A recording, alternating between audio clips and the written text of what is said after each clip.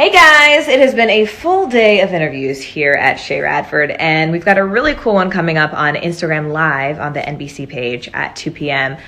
With Andrew Barth Feldman, and he's in Dear Evan Hansen, and we wanted to talk to people about how New York's theater industry has been impacted since the pandemic began. So head on over there, and I'll see you live in just a minute. Good afternoon, guys. It's Morgan Radford here, correspondent for NBC News. And as you know, we've been talking to people across all different industries across the country who have been impacted by COVID-19. And today we want to talk about an industry that is the cornerstone in many ways of New York cultural life, and that's the theater industry, Broadway. It is an industry that supports about 100,000 jobs and contributes 14 million economy. So it's a huge industry, and it's impacted a lot of people who now can't work. So I'd love to introduce you to Andrew. Hi, Andrew. Hi. So for anyone who doesn't know, this is Andrew B. Feldman, and he plays the title character in Dear Evan Hansen. So we're so excited that we can talk to you today, Andrew.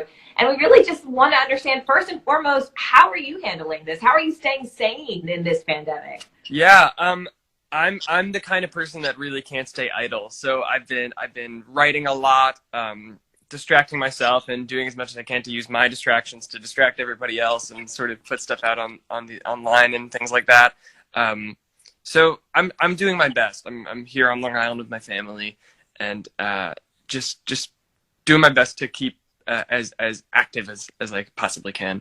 And I think that's something we're all kind of struggling with. And just give us the big picture here. I mean, for actors who dream of coming to a place like New York and being able to perform in ways that you have been able to perform, you know, how has this taken a toll on actors, on the theater industry in general? Yeah, you know, I was so lucky that I got to finish my run in Dear Evan Hansen in January, and that this didn't conflict with that at all. I was so fortunate, but I mean, so many of my friends have no idea when they're going to be in these shoes again. And you know, I think it's not necessarily worse than people who are being furloughed from other jobs, but it's definitely has a different emotional factor, because these are roles that people have been playing for months or years that they become attached to, that they were not prepared to leave, and that they really miss, in addition to, of course, the financial struggles that I think sort of always come with being an actor.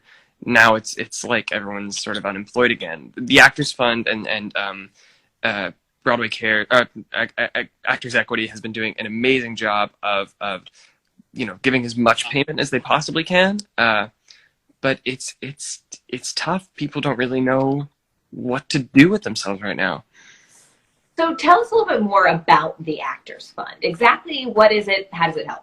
Yeah, so the Actors Fund is something for many, many, many years. I feel like it was, if I'm remembering correctly, it was something that started in like the 1800s, maybe earlier, has been helping actors and people in times of crisis. And that stretches, that's actors, but it's also everyone behind the scenes. So dressers, directors, stage managers, you know, costume designers, every single person that works in a Broadway house is helped by the Actors Fund.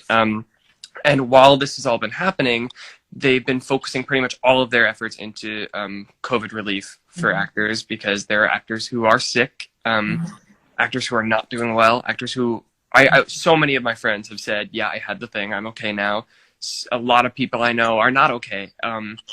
As well as just everyone doesn't really know what to do. So they've donated, I believe they've already used $14 million towards COVID-19 relief, which is absolutely insane. But they've been getting so much money from all these different, you know, everyone's trying to do their best to help right now. And tell me about this Broadway jackpot thing. Yeah. I mean, like, how did you come up with this? What is it? Tell us.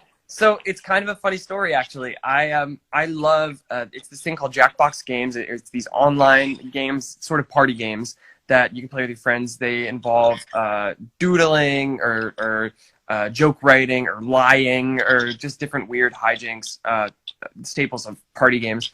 And I've always loved them for years and years and years. And one of the first days of quarantine, I just had this idea to do it. And we did it that night, and it just sort of blew up into this huge thing. And the next day, Alex Boniello, my co-star in Dear Evan Hansen, as well as a Tony-winning producer, texted me and said, okay, here's what we're going to do. We're going to use this to raise money for the Actors Fund. I'm going to take care of the financials for right now. You take care of making this happen. We're going to make this really cool. And starting the next week, it was something we were doing twice a week, and we've raised over $20,000 for the Actors Fund. It's been... I love that. Yeah, it's been so much fun. Okay, so I have to tell you, I'm like kind of watching these comments come in as they're scrolling, and there's so many people who are saying, oh my God, Andrew, I love you. You're the best. I saw you at some city. But what's fascinating is one comment really stuck out to me, and it said, how the heck is this guy so young and so smart and so wise?